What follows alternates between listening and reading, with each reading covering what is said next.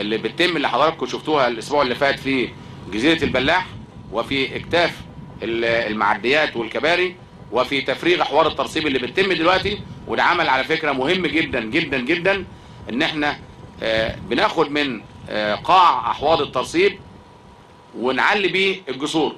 لو حضراتكم مشيتوا على الطريق العرضي رقم 1 اللي هو بورسعيد الاسماعيليه، او بورسعيد الانطره الاسماعيليه السويس، اللي هو موازي لقناه السويس وشرق القناه بحوالي 5 كيلو، لو مشيتوا هتلاقوا تركيز شديد جدا من المعدات الهندسيه بتنقل اتربه من داخل الاحواض بتعلي بيها جسور احواض الترسيب، وخاصه الشرقيه، علشان الميه ما تمشيش في اتجاه الشرق تأثر على الطريق او على حتى بعض الزراعات الموجودة للمزارعين بجوار الطريق العرض رقم 1.